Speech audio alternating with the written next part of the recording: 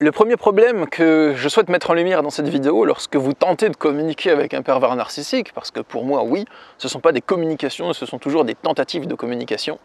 Le premier problème, c'est que vous essayez de trouver la bonne manière de lui parler, la bonne manière de vous adresser à lui pour lui faire comprendre les choses, pour lui parler sans le mettre en colère, sans le vexer, pour vraiment faire en sorte qu'il entende vos mots.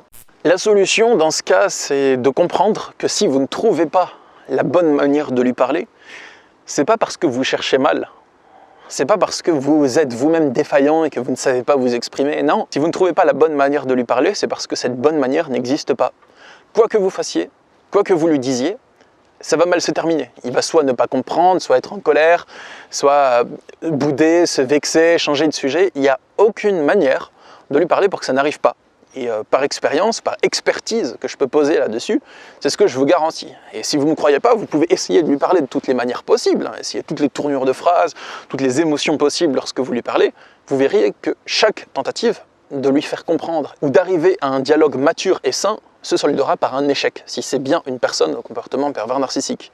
Donc ça peut vous permettre d'arrêter de vous remettre en question et de vous dire « mais si je ne trouve pas la bonne manière, c'est pas parce que je cherche mal, c'est parce que cette manière n'existe pas. » Et lui, il vous fait croire que cette manière existe. Il vous dit « tu ne me parles pas comme il faut, tu fais pas ce qu'il faut, si tu réagissais moins avec tes émotions, ça se passerait mieux. » Enfin voilà, il va vous dire plein de trucs.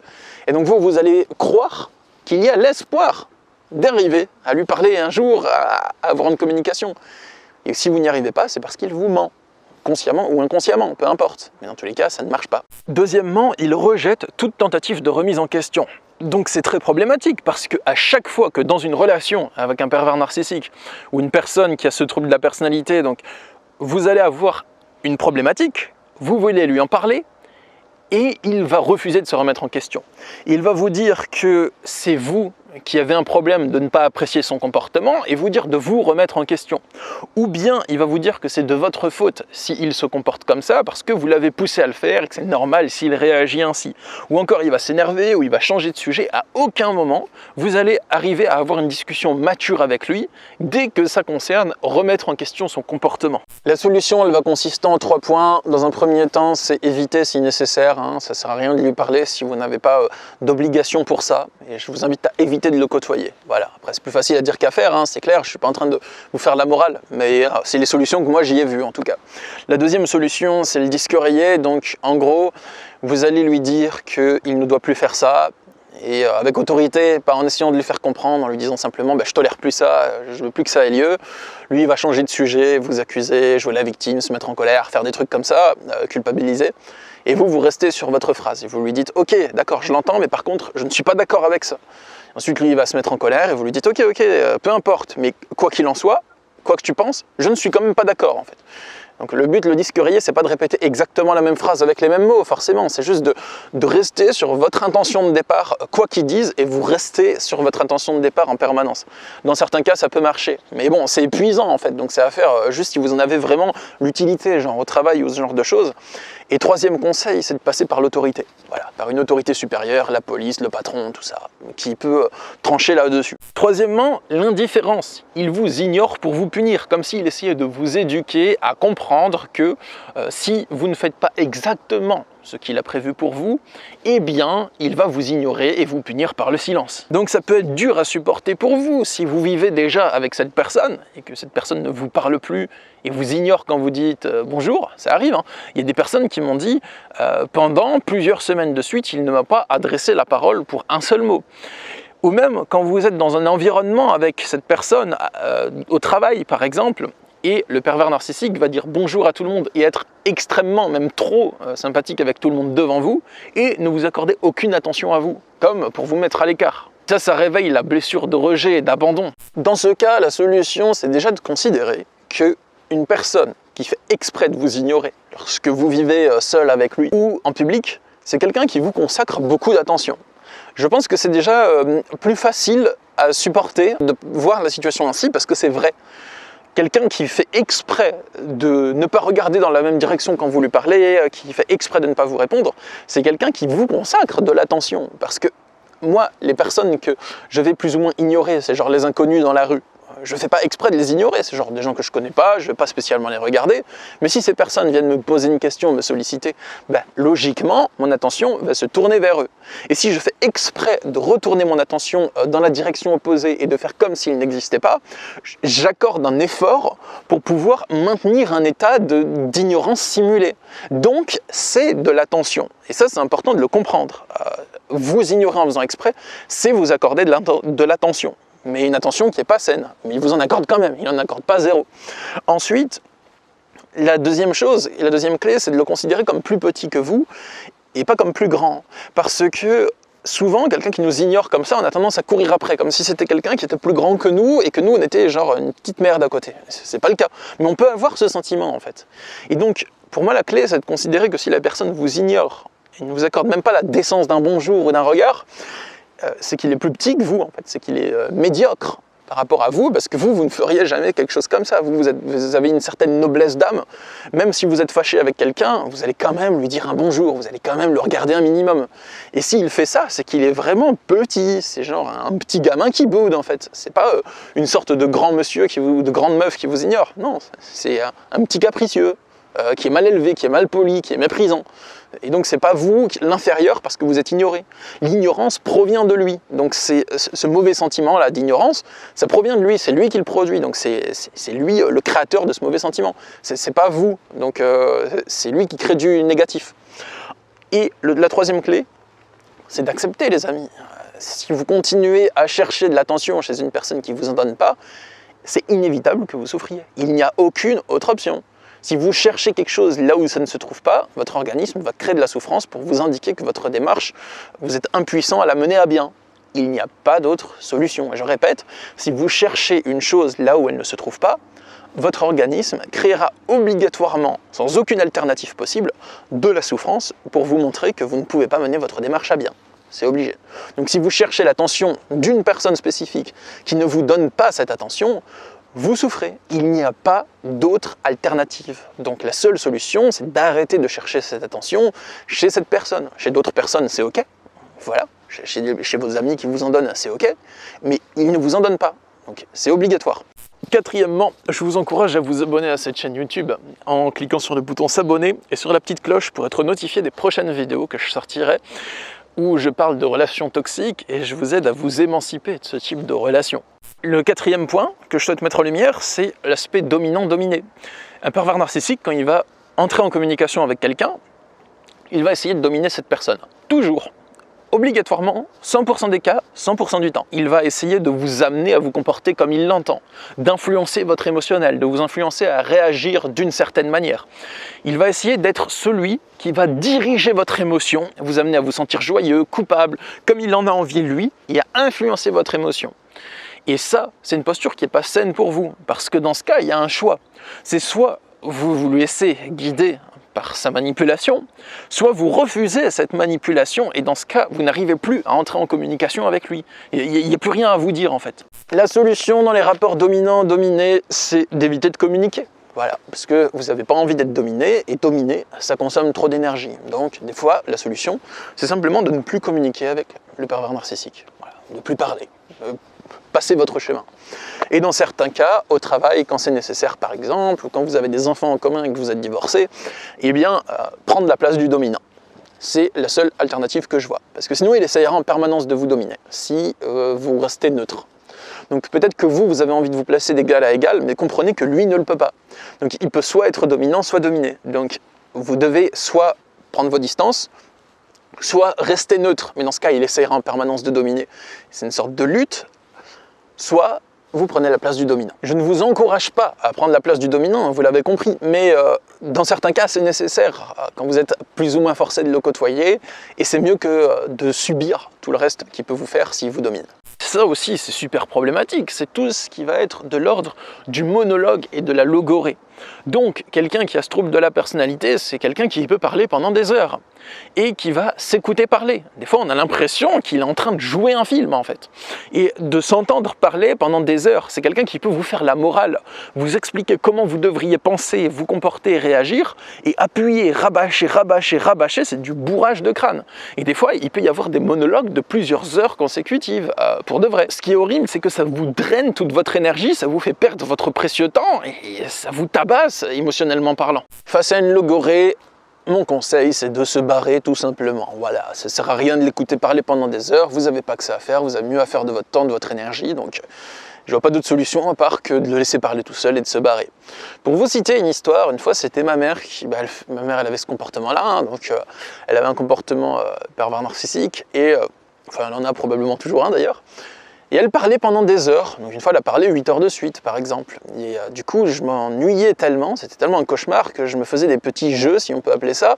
Donc j'étais enfant hein, à l'époque, et j'essayais de tenir le plus longtemps possible sans dire un seul mot. Donc des fois j'arrivais à tenir 40 minutes sans donner un seul signe d'acquiescement à tout ce qu'elle disait. Et je chronométrais, je voyais l'horloge qui tournait en fait.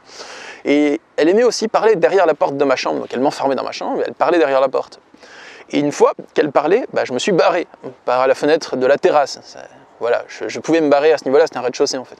Et donc, je suis allé voir des amis, et 4 heures plus tard, je reçois un appel. Elle m'a dit qu'elle était en train de me parler, et qu'elle s'est rendue compte que j'étais parti maintenant. Elle m'a demandé où j'étais, je lui ai répondu que j'étais à 4 heures de la maison.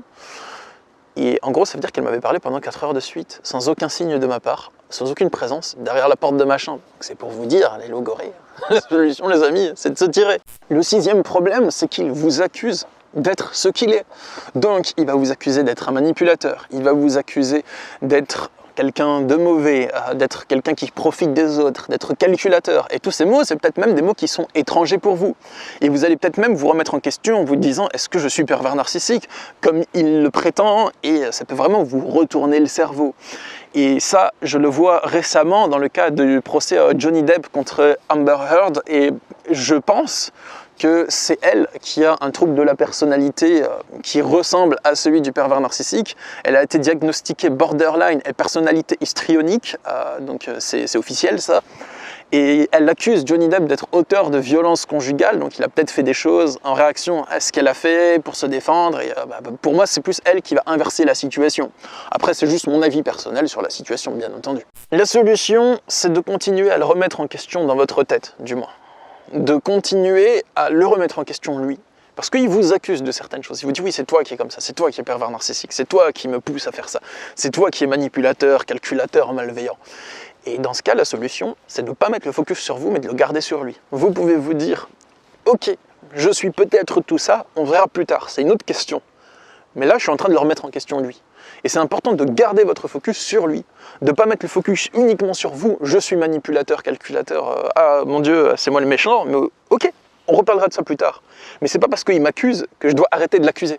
C'est comme dans un procès. Dans un procès, on va pas dire ouais, je lui ai cassé la gueule, mais c'est lui qui m'a insulté. Ok, il y a des insultes, t'as qu'à porter plainte pour insulte, on verra ça plus tard.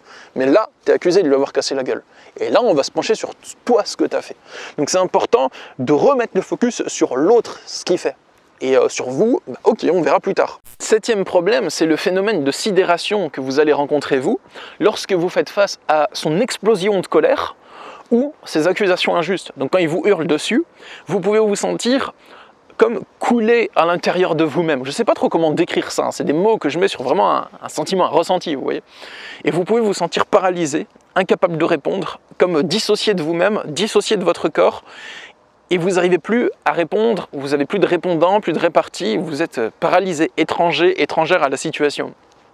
Et ça le fait quand il vous hurle dessus, ou quand il vous accuse de choses tellement injustes que vous tombez littéralement des nues, vous ne vous attendiez pas à ça.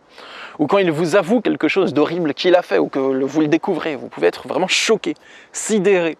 Pour moi, la solution, c'est dans un premier temps d'accepter qu'être sidéré, c'est ok. C'est pas une preuve de faiblesse, c'est pas un truc qui ne devrait pas être, et c'est normal si ça arrive dans ce genre de situation. Donc ça peut vous aider à ne plus culpabiliser, de ne pas avoir de répondant du tac au tac quand vous subissez de la violence psychologique ou émotionnelle.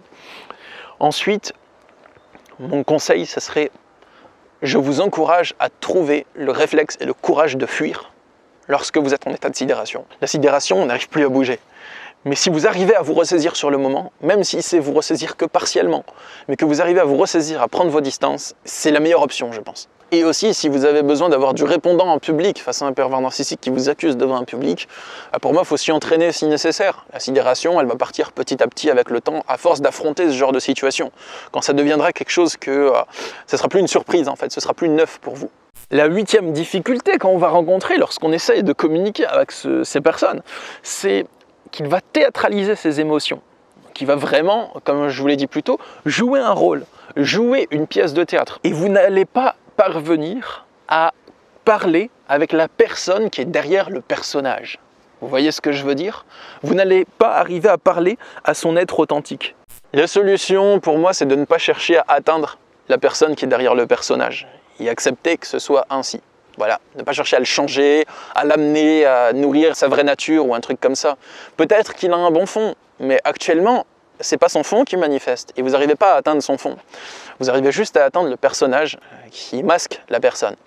Donc voilà, mon conseil, c'est d'accepter que c'est ainsi et encore une fois, de prendre les distances. Et le 9e problème qu'on rencontre, c'est que des fois, en fait, on ne sait pas quoi dire. On a le sentiment de ne pas savoir quoi lui dire.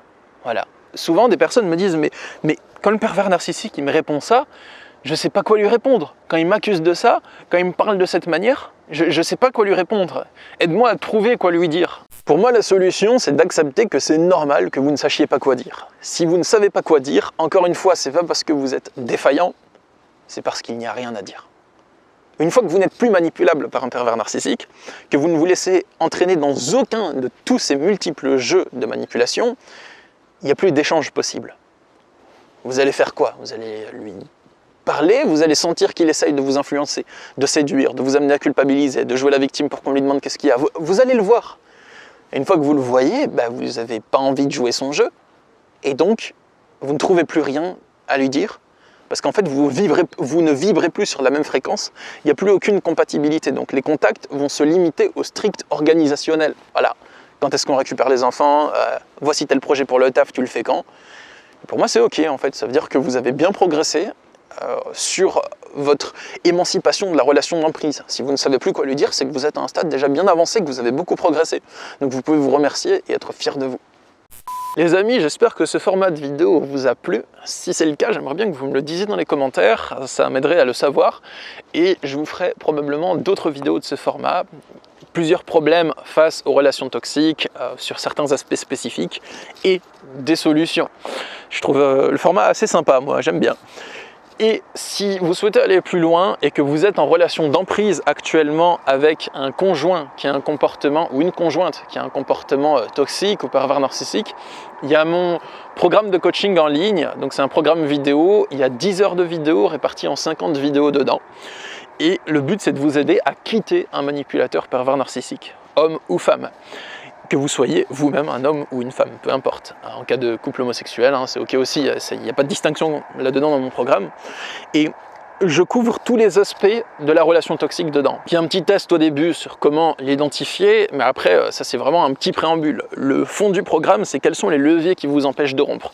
Que ce soit la culpabilité, la dépendance affective, la dépendance financière et matérielle, la peur des représailles, l'intimidation. Et on couvre une très large gamme, plus large que ce que je viens de dire, de leviers qui vous empêcheraient de rompre. Et je vous explique comment les dépasser. Et ensuite, comment amorcer la rupture, quelles actions faire, comment rompre, que dire, que faire pour rompre. Ensuite, comment faire cesser le harcèlement et retrouver une paix intérieure et une tranquillité après la rupture. Il y a le lien dans la description sous la vidéo si vous souhaitez y jeter un œil. Et moi, dans tous les cas, les amis, je vous dis à très bientôt pour une prochaine vidéo. On se retrouve lundi prochain ou peut-être un peu plus tard pour le prochain sujet. Prenez soin de vous, je vous envoie plein d'amour, plein d'énergie positive et à bientôt. Au revoir.